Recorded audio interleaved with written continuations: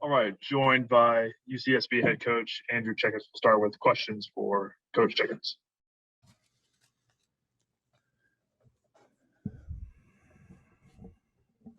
Ari Koslow, you'll go first. Ari. What did you see from Arizona starter Garrett Irvin tonight? I had 4 pitches going for him. Did a really nice job. Pitched his ass off. Landed the breaking ball early. We didn't really adjust, and when he would land it up in the zone, we just kind of took it for a strike. When he got ahead, he was able to throw that cut slider underneath our hands, and did a nice job with. Guys had a hard time laying off it, and then he was strategic with his fastball, some up, some in late, but he pitched a heck of a game. Another game with Oklahoma State tomorrow. What are you looking to see different from your team compared to the first game guys played them the other night? Hopefully nothing. Hopefully we'll beat them 14-4 again. We'll go to Michael Liv, Arizona Daily Star. Michael.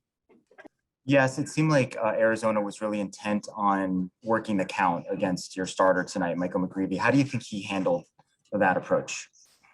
Well, he was out of the game in the 7th, so they did a good job. And I think if you look at their numbers, there's some high walk totals in there, and so they do get deep in the count and grind out at bats, and did a nice job on some 2-strike counts. We're forced them to throw a lot of pitches.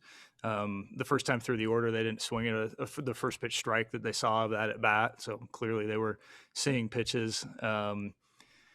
And yeah, they grinded out some at bats, and I thought Michael had a ton of poise, made some big pitches, and made some clutch pitches to get some double plays, and really battled his rear end off against an outstanding lineup, and to go 6 and give up 2, and I don't know how many strikeouts he had, but I thought he gave us a chance today. Sure, you faced Jay Johnson before in the postseason 5 years ago at the College World Series. Are there certain things you expect? I haven't scored yet. I haven't scored yet. So I told him that at home plate before the game started that I was hoping we'd score, and apparently he was hoping we wouldn't, and he took care of it. So, but yeah, I've played against Jay 2 times in 5 years, so it's pretty small sample size to really glean a lot of tendencies. But we watched a lot of video on their guys, and they're tough. They hit with leverage counts and get their swings off, but they'll grind at bats out, and they've got a pretty good balance and mix, and a lot of left-handed hitters in there that have power and speed. And so again, I thought Michael did a great job. Go at this park against that team to go 6 and give up 2. I think that's a quality start. Ari Koslow, back to you, Ari. There are a number of great defensive plays tonight by both sides. What did you see in that regard? So I'm sorry, I didn't hear you. What was that? There are a number of what? Defensive plays, great defensive plays by both teams. What did you see in that regard? Yeah, I mean, until the error at third base in the 9th, they played a pretty much flawless game. Even the at bats that we hit balls hard, and we had some streaks where we hit the ball hard. Marcos hit the ball hard a number of times, and Clint O'Connor hit the ball hard a number of times, but it seemed like every time we did finally hit one hard, it was right at somebody. They were standing in the right place, or they made a really good play on it. The shortstop made that fantastic play, and then our guys did a nice job on some plays as well. Clint O'Connor had some nice plays at second base. We also, I thought we played tight early.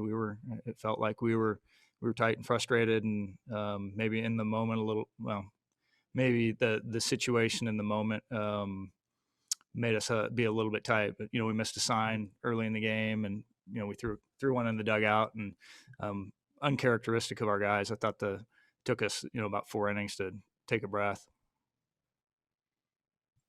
Shotgun Spradling, you're next. Shotgun. Did you guys try to make any offensive adjustments throughout the game?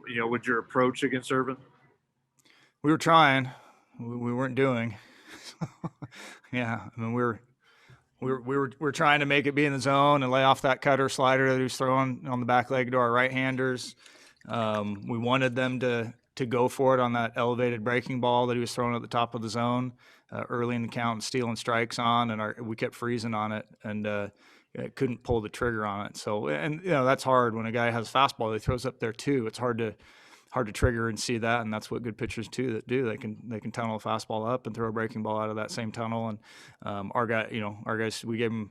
And he earned it because he threw it for a strike, but we didn't make him pay at all for any of those elevated breaking balls early in the count, and he was able to go 0-1 on us. It felt like all day by dumping that thing in. So that was an adjustment that we wanted to make, but we weren't able to make it. And then even that last inning, you could see that we chased 2 balls out of the strike zone to strike out, and so I think he did a great job, and he had a pitch plan, he executed it, and we weren't able to make adjustments, and that's what good pitchers do.